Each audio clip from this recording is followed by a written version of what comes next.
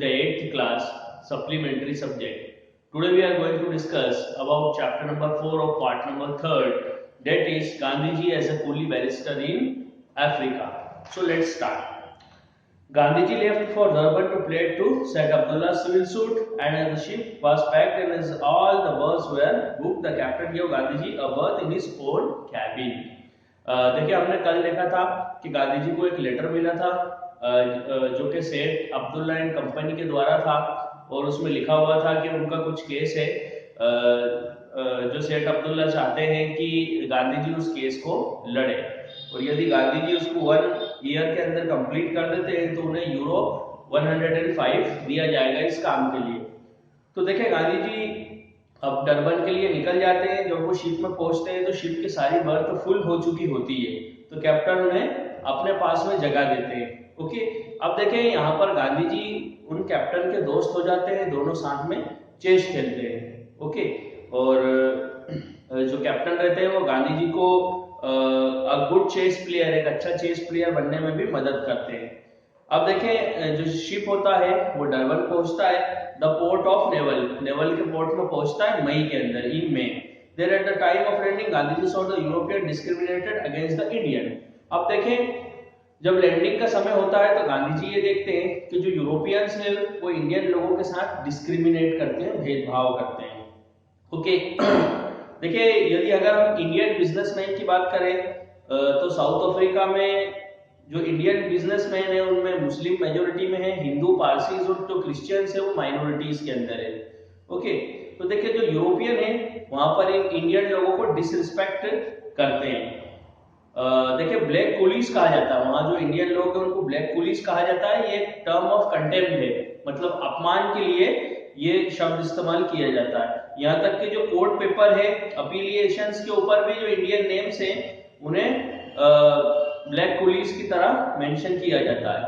To avoid humiliation Indian Muslim started saying that they were Arab. अब देखें Indian लोगों के साथ में इस तरीके का डिस्क्रिमिनेट होता है, तो वहां पर जो इंडियन मुस्लिम्स रहते थे उन्होंने अपने आप को अरब्स कहना शुरू कर दिया था। टू अवॉइड ह्यूमिलिएशन से बचने के लिए उन्होंने अपने आप को अरब्स कहना शुरू कर दिया था, और जो पारसीज लोग हैं उन्होंने कहना शुरू कर दिया था कि हम पर्शिया से आए हैं।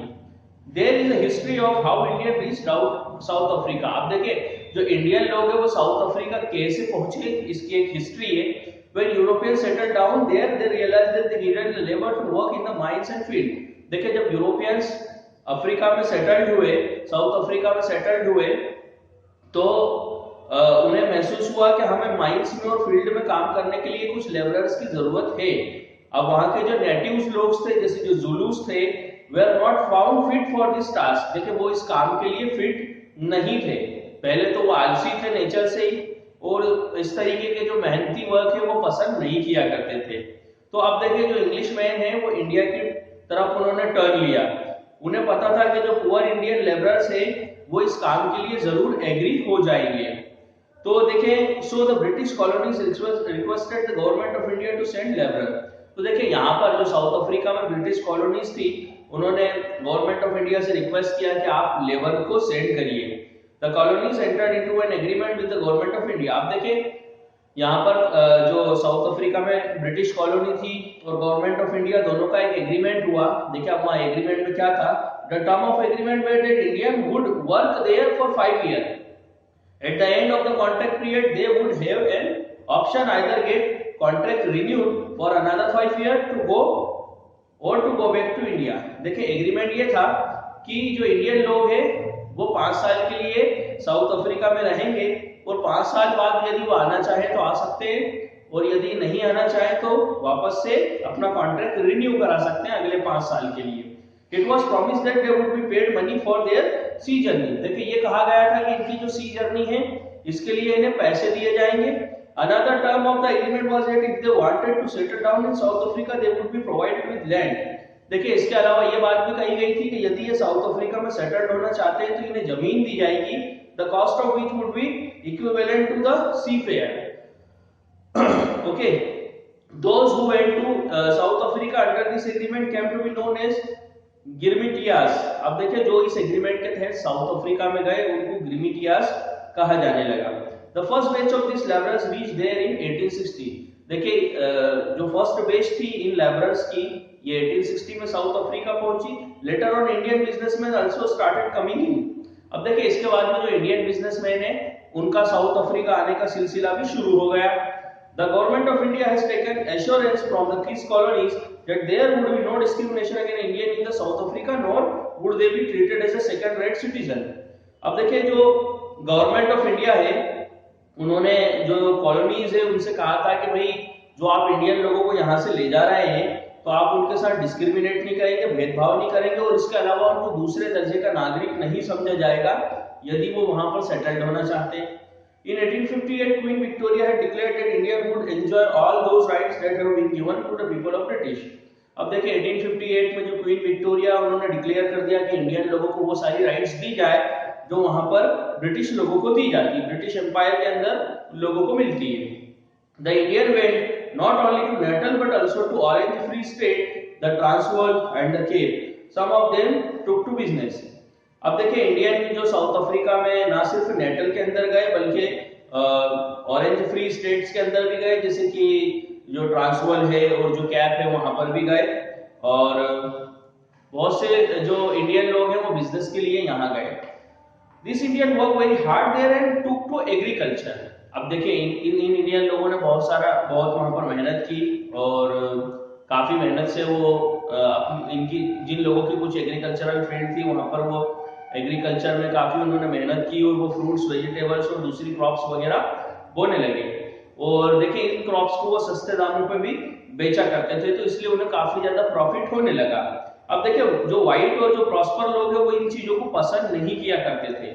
ओके, और इसके अलावा वो ये कहते थे, गवर्नमेंट से बार बार रिक्वेस्ट करते थे कि कुछ रेस्ट्रिक्शंस लगाए जाएं इनके ऊपर, जो इंडियंस लोग हैं इनके ऊपर कुछ रेस्ट्रिक्शंस लगाए जाएं। Gandhi had to fight hard against these prejudices, and he had come there to stay for a year so that he would plead and conclude Said Abdullah's case. But the circumstances forced him to stay there for 21 years। अब देखिए गांधी जी यहाँ पर केवल एक साल के लिए आए थे सेठ अब्दुल्ला एंड कंपनी का केस लड़ने के लिए, लेकिन कुछ परिस्थितियां ऐसी हो गई कि उन्हें 21 साल के लिए यहाँ पर रुकना पड़ा। During this period he intensely fought for the right of the Indian. देखिए यहाँ पर जब वो रुके तो उन्होंने इंडियन लोगों की राइट्स के लिए, इंडियन लोगों के अधिकार के लिए लड़ाई लड़ी। It was in 1914 that he finally left south Africa. देखिए 1914 में फाइनली इन्होंने साउथ अफ्रीका को लेफ्ट करा और ये इंडिया में वापस आ गए। There were the condition that prevailed all over South Africa. Having learned about these conditions, now we shall learn about the experiences Gandhiji had and the work he did there। अब देखिए बहुत सी ऐसी conditions थी south Africa के अंदर, हमें अगर उनका एक्सपीरियंस करना है तो हमें जो गांधी जी ने वहां पर जो दिक्कतें और परेशानियां जो झेली उनका एक्सपीरियंस करना जरूरी है। ओके, कि गांधी जी को अपने वर्किंग के दौरान, अपने कार्य के दौरान क्या क्या प्रॉब्लम और परेशानियां वहां पर हुई।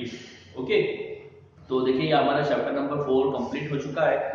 कल के लेक्चर्स में हम चैप्टर नंबर 5 स्टार्ट करेंगे, Gandhi ji struggle in South Africa. South Africa में उन्हें किस तरीके का स्ट्रगल का सामना करना पड़ा, किस तरीके का संघर्ष लड़ना पड़ा। ओके, तो chapter number 4 Gandhi ji as a coolie barrister in Africa ये हमारा कंप्लीट हो चुका है। इस कंप्लीट चैप्टर्स को आप अच्छे से रीड करें, रिवाइज करें, ताकि आगे आने वाले चैप्टर आपको अच्छे से समझ में आ सके। ओके, आज के लिए बस इतना ही। जय हिंद, जय भारत।